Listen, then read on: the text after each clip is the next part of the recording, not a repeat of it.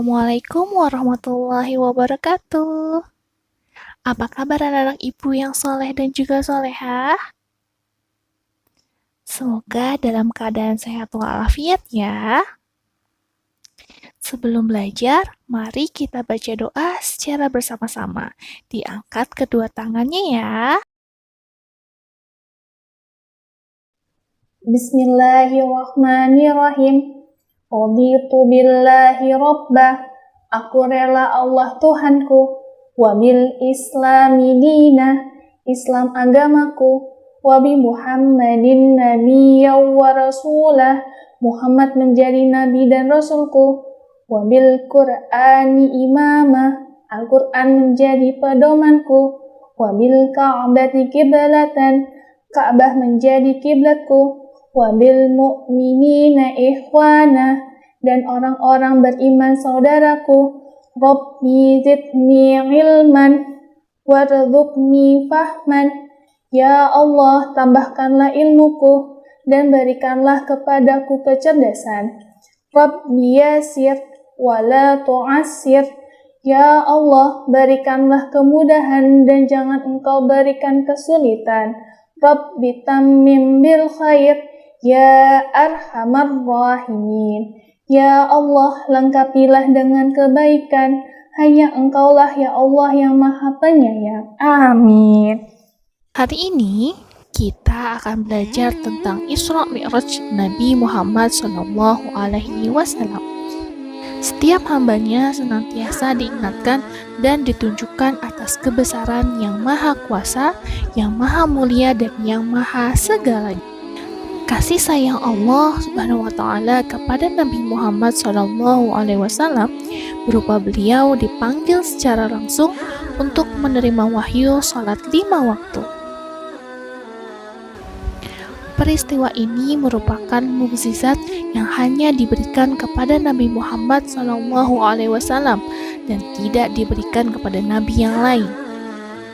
Peristiwa ini diabadikan dalam Al-Quran sebagai peristiwa Isra Mi'raj Nabi Muhammad SAW.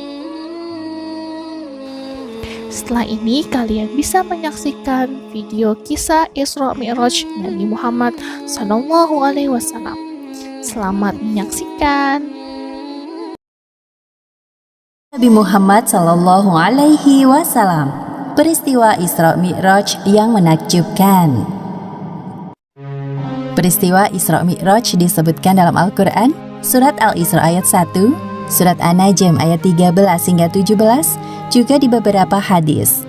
Arti kata Isra adalah perjalanan Nabi Muhammad SAW dari Masjidil Haram ke Masjidil Aqsa. Sedangkan arti dari Mi'raj yaitu kelanjutan dari perjalanan Nabi untuk naik ke Sidratul Muntaha, langit yang tertinggi. Tatkala Nabi Muhammad SAW sedang berada di suatu tempat bernama Al-Hijr, beliau didatangi oleh malaikat Jibril. Jibril hendak mengajak Nabi ke sumur Zam-Zam yang terletak tidak jauh dari Ka'bah. Di tempat inilah Jibril membelah dada Nabi Muhammad untuk kedua kalinya. Dahulu ketika beliau masih berusia 4 tahun, Jibril pernah melakukan hal yang sama. Wahai Nabi, tenangkan dirimu dan berbaringlah. Aku akan mensucikan hati dan jiwamu. Pembelahan dada Nabi kali ini dilakukan sebagai persiapan untuk bertemu dengan Allah Subhanahu wa Ta'ala. Segala prasangka buruk yang tersimpan dalam hati beliau, meskipun hanya secuil, harus dibersihkan terlebih dahulu. Ketika dirasa telah cukup, Jibril mengembalikan keadaan seperti semula, seolah-olah tidak terjadi apa-apa. Ketika Nabi membuka mata, beliau melihat ada seekor hewan menyerupai kuda, lengkap dengan pelana dan tali kekangnya. Hewan bernama buruk tersebut terakhir ditunggangi Nabi Isa sekitar 500 tahun yang lalu. Kecepatan buruk sejauh kedua mata memandang. Wahai buruk, sebaik-baik orang yang menunggangimu adalah Muhammad. Engkau sungguh beruntung kali ini. Nabi Muhammad duduk di punggung buruk, melewati Masjidil Haram menuju Masjidil Aqsa di Palestina. Jibril mengajak Nabi untuk sejenak melupakan kota Mekah yang penuh masalah. Perjalanan pada malam hari inilah yang disebut peristiwa Isra. Sebagaimana yang disebutkan dalam Al-Quran, Surat Al-Isra ayat 1. Maha suci Allah yang telah memperjalankan hambanya pada suatu malam dari Masjidil Haram ke Masjidil Aqsa, yang telah kami berkahi sekelilingnya agar kami perlihatkan kepadanya sebagian tanda-tanda kebesaran kami. Sesungguhnya Dia Maha mendengar lagi Maha mengetahui. Buraq melesat dengan kecepatan tinggi. Sesampainya di Masjidil Aqsa, Nabi menambatkan buraq di sebuah besi dan berjalan memasuki masjid. Lalu beliau sholat 2 rakaat. Selepas sholat, malaikat Jibril membawa 2 buah minuman ke hadapan Nabi Muhammad. Gelas pertama berisi khamr dan satunya berisi susu. Wahai Muhammad, pilihlah salah satu di antara 2 minuman ini. Ternyata Nabi Muhammad mengambil gelas yang berisi susu. Wahai Muhammad, engkau telah memilih sesuai fitrah. Setelah itu malaikat Jibril mengajak Nabi Muhammad naik ke langit. Inilah yang disebut peristiwa Mi'raj. Hanya sekejap, Jibril dan Nabi Muhammad telah tiba di depan pintu langit pertama atau disebut juga langit dunia. Wahai penjaga pintu langit, bukalah pintunya. Siapakah engkau?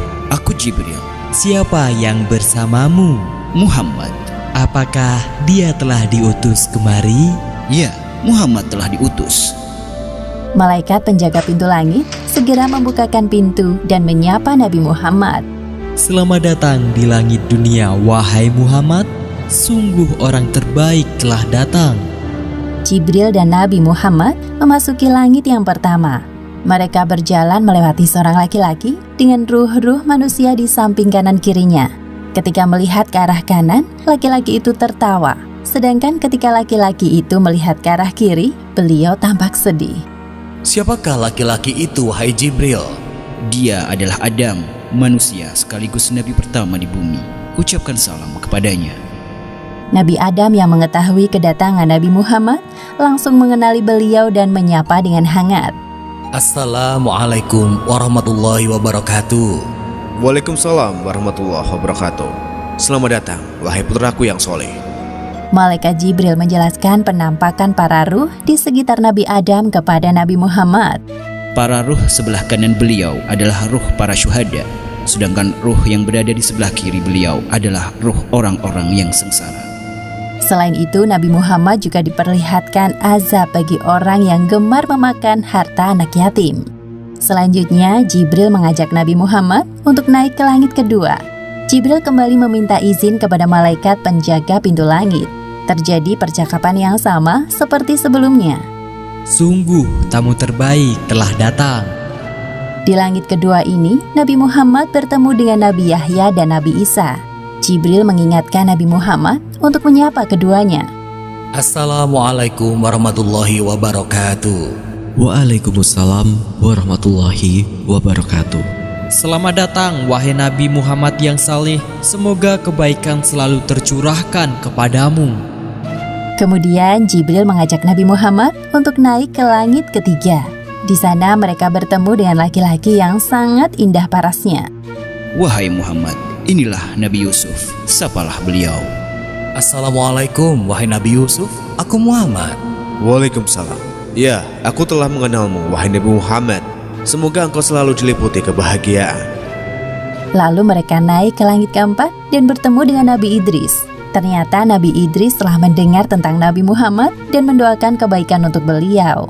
Selamat datang wahai saudaraku yang solih, Nabi yang salih. Semoga engkau selalu dilimpahkan kesehatan untuk berdakwah kepada umatmu. Selanjutnya, Jibril dan Nabi Muhammad melanjutkan perjalanan menuju langit kelima. Di sana Nabi Muhammad melihat Nabi Harun dan menyapanya. Nabi Harun menyambut beliau dan mengakui kenabian Muhammad. Ketika sampai di langit keenam, Nabi Muhammad melihat sosok Nabi Musa. Nabi Musa membalas salam dan mengakui kenabian beliau. Namun tiba-tiba Nabi Musa menangis. Jibril yang penasaran bertanya kepadanya. Wahai Musa, mengapa engkau menangis? Aku menangis karena ternyata ada nabi yang diutus setelahku, tapi umatnya lebih banyak yang masuk surga dibandingkan umatku. Setelah berpamitan dengan Nabi Musa, Jibril mengajak Nabi Muhammad untuk naik ke langit ketujuh. Di sana mereka bertemu dengan Nabi Ibrahim. Ya Rasulullah, ini adalah Nabi Ibrahim, bapak para nabi. Selamat datang wahai cucuku yang saleh. Senang sekali berjumpa denganmu. Wahai Muhammad, sampaikan kepada umatmu salam dariku. Katakan kepada mereka bahwa surga itu nyata. Tanahnya subur, ada beraneka ragam tanaman tersedia untuk memanjakan mata dan lidah mereka. Semua hal yang mereka inginkan tersedia di surga. Di langit ketujuh inilah Nabi Muhammad diperlihatkan surga. Beliau masuk ke dalamnya dan tidak berhenti untuk bertasbih memuji kebesaran Allah Subhanahu wa Ta'ala. Subhanallah, Maha Suci Allah. Seusai berkeliling surga, tibalah saatnya bagi Nabi Muhammad untuk naik ke Sidratul Muntaha. Pada momentum ini, Jibril menampakkan wujud aslinya sebagai malaikat. Wahai Rasulullah, sebentar lagi engkau akan bertemu dengan Sang Penciptamu. Namun, aku tidak bisa mengantarmu. Sebagaimana yang disebutkan dalam Al-Quran surat An-Najm ayat 13 hingga 18. Dan sesungguhnya Muhammad telah melihat Jibril itu dalam rupanya yang asli pada waktu yang lain, yaitu di Sidratil Muntaha. Di dekatnya ada surga tempat tinggal.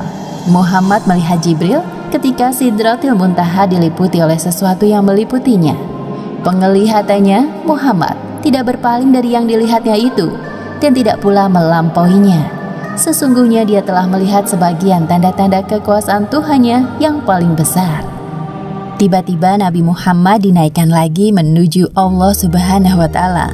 Tubuhnya mendekat kepadanya dalam jarak yang tidak jauh. Namun Nabi Muhammad tidak dapat melihat Allah Subhanahu wa Ta'ala secara langsung. Beliau melihat Allah Subhanahu wa Ta'ala dengan hatinya. Pada saat itulah Allah Subhanahu wa Ta'ala mewajibkan hambanya untuk sholat 50 kali sehari semalam. Setelah Nabi Muhammad menerima tugas dari Allah Subhanahu wa Ta'ala, beliau turun. Di langit ke-6, Nabi Muhammad berjumpa dengan Nabi Musa. Mereka saling berbincang. Wahai Nabi Muhammad, apa yang Allah perintahkan kepadamu? Sesungguhnya Allah Subhanahu wa Ta'ala mewajibkan kepada umatku untuk sholat 50 kali sholat sehari semalam. Kembalilah wahai Muhammad, mintalah keringanan kepada Allah. Aku yakin umatmu akan keberatan dengan hal ini. Nabi Muhammad mulai berpikir dan meminta pendapat Jibril. Sedangkan Jibril menyetujui apapun keputusan Nabi. Akhirnya Nabi Muhammad kembali naik untuk menghadap Allah. Nabi Muhammad meminta keringanan untuk umatnya. Maka Allah Subhanahu wa Ta'ala meringankannya menjadi 10 waktu sholat. Kemudian Nabi Muhammad kembali ke langit ke-6 dan bertemu dengan Nabi Musa.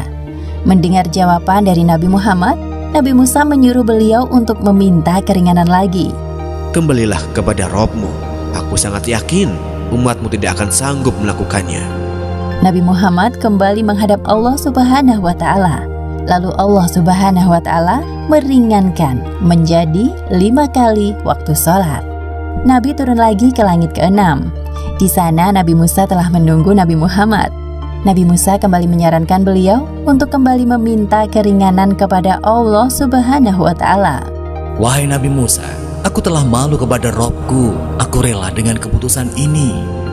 Kemudian Nabi Muhammad berpamitan dengan Nabi Musa dan meneruskan perjalanan. Ketika itu terdengar suara dari langit. Wahai Muhammad, engkau telah menyetujui farduku dan aku telah memberikan keringanan untuk para hambaku. Perintah sholat 5 waktu nilai pahalanya sama seperti 50 waktu dalam sehari semalam. Allah Subhanahu wa Ta'ala sangat menyukai ibadah sholat karena membuat umatnya terus ingat kepadanya.